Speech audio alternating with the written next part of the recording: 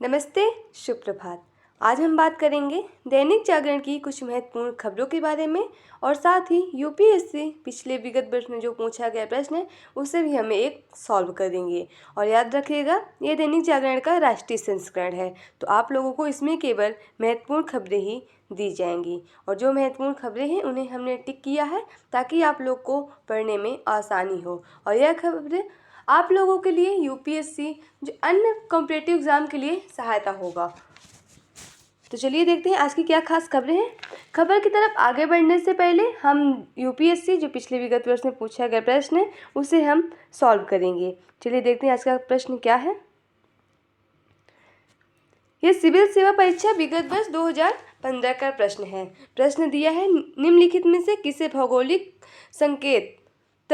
संकेत का दर्जा प्राप्त हुआ है या प्रदान किया गया है।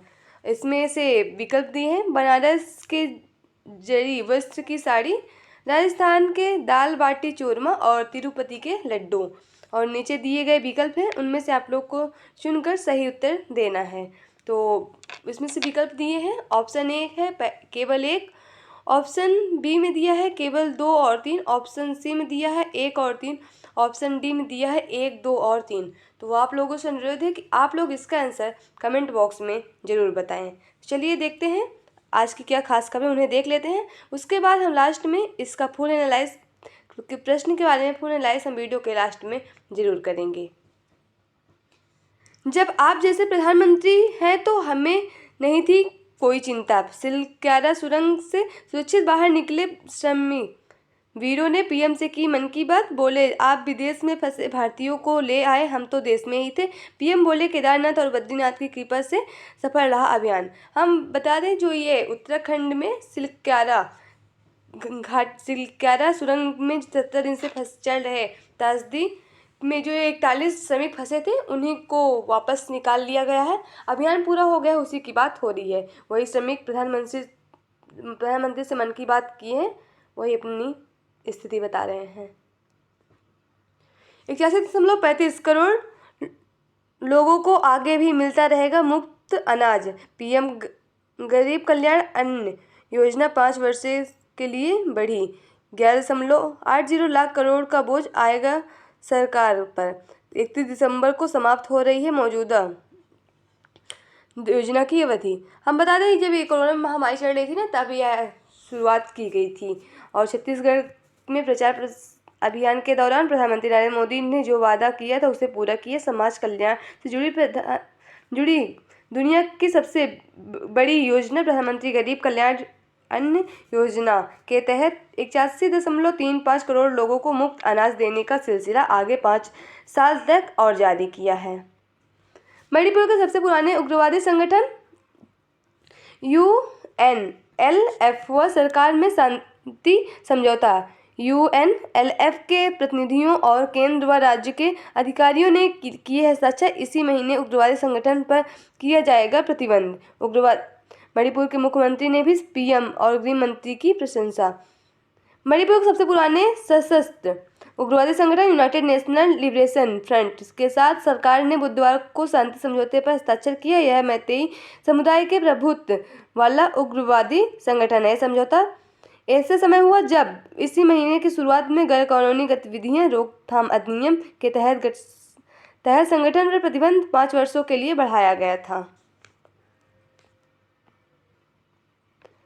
कोर्ट ने एएसआई से पूछा, कब तक लगेगा समय मांगने का सिलसिला। ज्ञानवापी की सर्वे रिपोर्ट दाखिल करने के लिए एएसआई ने मांगी 3 हफ्ते का और समय। मस्जिद ट्रस्ट ने कहा, एएसआई लिखित में दे कब तक रिपोर्ट दाखिल करेगा। हम बता रहे हैं, ये जो वाराणसी में जो कहा जा रहा है कि पहले जो शिव मंदिर थे उसी की जगह मस्जिद बनाया गया, उसी की बात हो रही है। जिले जज ने 21 जुलाई 4 अगस्त तक रिपोर्ट दाखिल करने का आदेश दिया था। एएसआई की अपील पर अदालत ने 4 हफ्ते का समय देते हुए 2 सितंबर तक रिपोर्ट पेश करने को कहा था। 4 अक्टूबर को एएसआई ने फिर 4 हफ्ते का समय मांगा। अदालत ने इसे स्वीकार कर लिया। 2 सितंबर से प्रार्थना पत्र देकर एएसआई ने 8 सप्ताह तक का समय मांगा। कोर्ट ने 4 हफ्ते का समय दिया था। 2 नवंबर को एएसआई की ओर से 15 दिनों का समय मांगा था। अदालत ने 17 नवंबर को रिपोर्ट दाखिल करने का आदेश दिया। 17 नवंबर को एएसआई ने फिर 15 दिनों का समय देने की अपील की। अदालत ने 10 दिनों का समय देते हुए भी 28 नवंबर को रिपोर्ट दाखिल करने का आदेश दिया। एएसआई की बात करें, इससे आर्कियोलॉजिकल सर्वे ऑफ इंडिया, इसको भारतीय सर्वेक्षण भी कहा जाता है। यह देश की संस्कृति विरासत के पुरातात्विक अनुसंधान और संरक्षण के लिए प्रमुख संगठन है। इसका मुख्यालय लखनऊ में देखने को मिलेगा। और इसके प्रमुख कार्य की बात करें तो राष्ट्रीय महत्व के प्राचीन स्मारकों तथा पुरातत्वीय स्थलों और अवशेषों का रखरखाव करना है। सर अलेक्जेंडर कनिंघम के समय इसे स्टार्ट किया गया था। अब पहले इसके महानिदेशक अलेक्जेंडर कनिंघम को ही माना जाता है। और ये देखिए राष्ट्रीय राजधानी से जुड़ी खबरें हैं। आदिवासी समुदाय का भरोसा बढ़ाएगी पीएम जनमन योजना। लोकसभा चुनाव के पहले अनुसूचित जनजाति समुदाय के उत्थान के लिए बड़ी पहल। 18 राज्यों के 75 जनजाति समुदाय में सामाजिक आर्थिक विकास पर खर्च होंगे 24,104 करोड़ रुपए। अगले साल प्रस्तावित आम चुनाव के पहले केंद्र सरकार ने आदिवासी समुदाय के आर्थिक सामाजिक उत्थान के लिए कवायद की ओर धार दी। केंद्रीय मंत्रिमंडल ने प्रधानमंत्री जनजाति आदिवासी न्याय महाअभियान को अपनी मंजूरी प्रदान करते लाभार्थी को एक बड़े समूह की ओर से मदद का हाथ पहुंचाया। अमेरिका में पन्नू की हत्या की साजिश से संबंधित आरोप की जांच कराएगा भारत। विदेश मंत्रालय ने कहा कि उच्च स्तरीय जांच की समिति गठित की गई है। अमेरिका ने भारत पर इस साजिश में शामिल होने का लगाया है आरोप। भारत के विभिन्न आतंकी गतिविधियों के आरोपों में वंचित है पन्नू। हम देख रहे हैं जो कनाडा और अमेरिका का भारत पर आरोप चल रहा है, उसी की बात हो रही है। और ये देख रहे हैं राजनीति से जुड़ी खबरें हैं। आज तेलंगाना राज्य के 119 विधानसभा सीटों के लिए 3.26 करोड़ मतदान गुरुवार को करेंगे मतदान। हम देख रहे हैं कि तेलंगाना की बात हो रही है। आज वहाँ विधानसभा का चुनाव होने जा रहा है। और यह चुनाव कौन कराता है, और ये भारतीय निर्वाचन आयोग के द्वारा कराया जाता है। लेकिन इसके बारे में मैंने कई वीडियो में बताया है। तो आप लोगों से अनुरोध है कि आप लोगों के पास अगर इसकी जानकारी हो तो आप लोग हमसे साझा कर सकते हैं। अब आप लोग इसके बारे में संक्षेप में जानकारी जरूर दें। और देख रहे हैं राजनीति से जुड़ी खबरें हैं और सभी एक दूसरे के आरोप और प्रत्यारोप लगाते जा रहे हैं।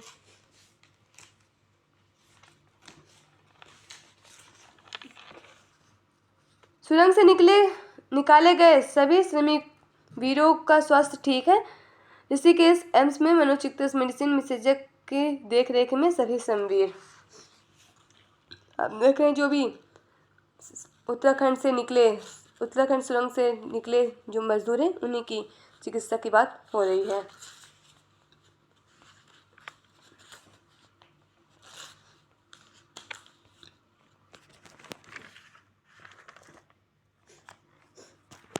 और यहाँ देखिए लेटाना के पौधे से बनाई हाथियों की कलाकृतियाँ।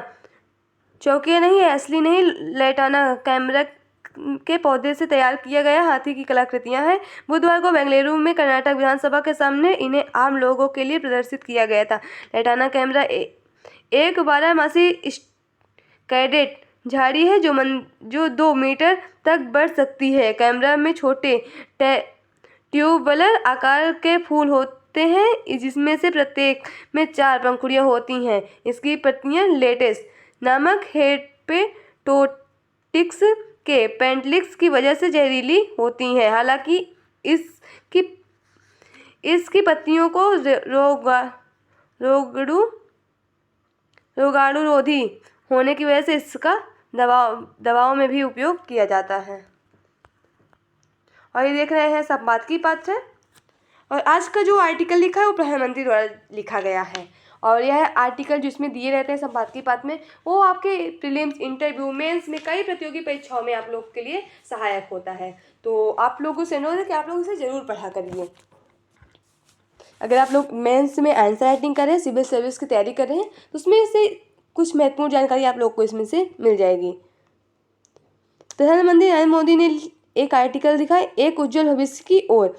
हम G20 की अध्यक्षता इस विश्वास के साथ ब्राजील को सौंप रहे हैं कि शांति और समृद्धि के लिए हमारे सामूहिक कदमों की गूंज निरंतर सुनाई देती रहेगी। भारत G20 की अध्यक्षता ग्रहण करने के 365 दिन पूरे हो गए हैं। यह वसुधैव कुटुंबकम और एक पृथ्वी एक परिवार एक भविष्य की भावना को प्रतिबंधित करने और इसे जीवंत बनाए रखने का क्षण है। जब भारत को यह जिम्मेदारी मिली तब विश्व विभिन्न चुनौतियों से जूझ रहा था। कोविड महामारी, बढ़ते जलवायु खतरे, वित्तीय अस्थिरता और विकासशील देशों में ऋण संकट जैसी चुनौतियां सामने थी। कमजोर होता बहुपक्षवाद इन चुनौतियों को और गंभीर बना रहा था। प्रतिस्पर्धा के बीच विभिन्न देशों में परस्पर सहयोग की भावना में कमी आई और इसका प्रभाव वैश्विक प्रगति पर पड़ा। G20 का अध्यक्ष बनने के बाद भारत ने GDP केंद्रीय सोच के आगे बढ़ाकर मानव केंद्रीकृत प्रगति का विजन प्रस्तुत किया। भारत ने दुनिया भर को यह याद दिलाने का प्रयास किया कि कौन सी चीज़ हमें जोड़ती है। हम बता दें, जो अभी 2023 में भारत ने G20 की अध्यक्षता की थी, उसी की बात हो रही है। और G20 की बात करें, 1919 में इसे शुरू किया गया था और 2008 में पहली इसकी शिखर सम्मेलन की बैठक वाशिंगटन DC में हुई थी और 2023 में इसे भारत ने इसकी अध्यक्षता की थी और 2024 में इसे ब्राज़ील की अध्यक्षता में देखा जाएगा। इससे पहले 2022 में इंडोनेशिया ने इसे अध्यक्षता की थी। मानवीय जीविका की जीत है सुरंग से वापसी।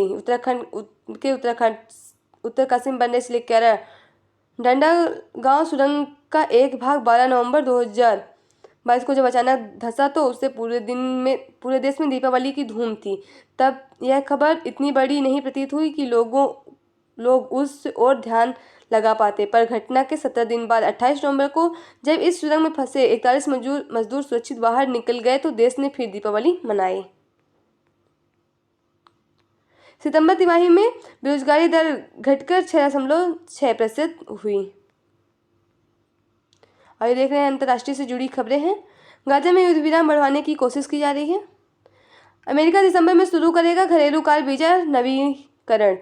शुरू में जारी होंगे 20,000 वीजा। कार्यक्रम में भारतीय पेशेवरों को सर्वाधिक लाभ। वीजा नवीनीकरण के लिए नहीं आना होगा स्वदेश, वीजा इंतजार का समय घटेगा। और ये देखने खेल से जुड़ी खबरें हैं। 45,000 करोड़ के 20 दुर्लभ खनिज ब्लॉकों की नीलामी शुरू। बिक्री के लिए रखे गए 20 ब्लॉकों में से 2 लिथियम ब्लॉक हैं। सतपुड़ा के जंगल में मिले 10,000 साल पुराने शैल चित्र। सतपुड़ा के जंगली में जो शैल चित्र मिले हैं वह 10,000 पुराने हैं होने की संभावना है। उत्तर पाषाण काल की रॉक पेंटिंग में भाले व धनुष बाण के साथ की आकृतियाँ मिली हैं। चित्र में हथियार का आकार व पाक पकड़ने का तरीका भी भिन्न हो सकता है। यूनेस्को के वर्ल्ड हेरिटेज साइट में शामिल मध्य प्रदेश का सतपुड़ा टाइगर रिजर्व अपने प्राकृतिक सौंदर्य और बाघों के संरक्षण के लिए प्रसिद्ध है, तो वहीं इतिहास का खजाना भी संजोए हुए रखा है।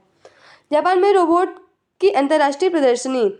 रोबोट अब इंसान की जिंदगी का अहम हिस्सा बन गया है। भारी भरकम कामों के अलावा रोबोट्स का घरेलू कामकाज और मेडिकल कार्यों में भी काफ़ी इस्तेमाल किया जा रहा है। बढ़ती ज़रूरतों को देखते हुए जापान की राजधानी टोक्यो में बुधवार को अंतर्राष्ट्रीय रोबोट प्रदर्शनी की शुरुआत हुई। प्रदर्शनी में कावासाकी बूथ पर घरेलू कार में दक्ष रोबोट प्रदर्शित किया गया।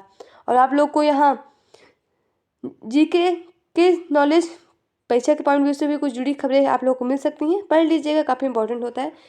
इंग्लैंड स्कॉटलैंड के बीच खेला गया पहला अंतर्राष्ट्रीय फुटबॉल मैच 1972। आज ही के दिन स्कॉटलैंड के क्रिकेट ग्राउंड पर इंग्लैंड और स्कॉटलैंड के बीच पहला अंतर्राष्ट्रीय फुटबॉल खेला गया।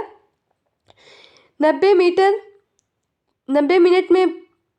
मिनट के मैच में कोई भी टीम गोल नहीं कर सकी और मैच ड्रॉ हो गया। इसे देखने करीब 4,000 दर्शक स्टेडियम में पहुंचे थे। तो आज की खबरें यहीं समाप्त होती हैं। अगर आप लोग को इसमें से थोड़ी सी भी जानकारी मिलती है तो आप लोग हमारे चैनल को लाइक शेयर सब्सक्राइब जरूर करें। और आप लोग के पास अगर कोई विचार हो, सुझाव हो तो आप लोग हमसे साझा कर सकते हैं। चलिए प्रश्न की ओर देखते हैं, उसका थोड़ा सा एनालाइज करते हैं। प्रश्न था भौगोलिक संकेत निम्नलिखित में से किसे भौगोलिक संकेत का दर्जा प्रदान किया गया है। तो इसका राइट आंसर होगा ऑप्शन सी 1 और 3। तो चलिए देखते हैं ये भौगोलिक संकेत किसको मिलता है और किन किन क्षेत्रों में मिलता है और कौन इन्हें प्रदान करता है। भौगोलिक संकेत इन्हें जीआई टैग भी कहा जाता है, ग्राफिकल इंडिकेशन टैग। भौगोलिक यह एक नाम या चिन्ह है जिसका उपयोग कुछ उत्पादों पर किया जाता है जो किसी विशिष्ट भौगोलिक स्थान या मूल से संबंधित होते हैं। उदाहरण दार्जिलिंग की चाय, कांचीपुरम सिल्क आदि। भारत में भौगोलिक संकेत अधिनियम 1919 के अनुसार दिया जाता है। यह अधिनियम 13 सितंबर 2003 को प्रभाव में आया था। इसका मुख्यालय चेन्नई तमिलनाडु में स्थित है। जीआई टैग उद्योग संवर्धन और आंतरिक व्यापार विभाग, वाणिज्य और उद्योग मंत्रालय के तहत भौगोलिक संकेत रजिस्ट्री द्वारा जारी किया जाता है और लगभग 4000 से अधिक उत्पादों को यह सम्मान मिल चुका है। तो आज की खबरें ये समाप्त होती हैं। आशा करती हूँ कि आप लोग को यह जानकारी अच्छी लगी होगी। आप लोग इस चैनल को लाइक शेयर सब्सक्राइब जरूर करें। धन्यवाद।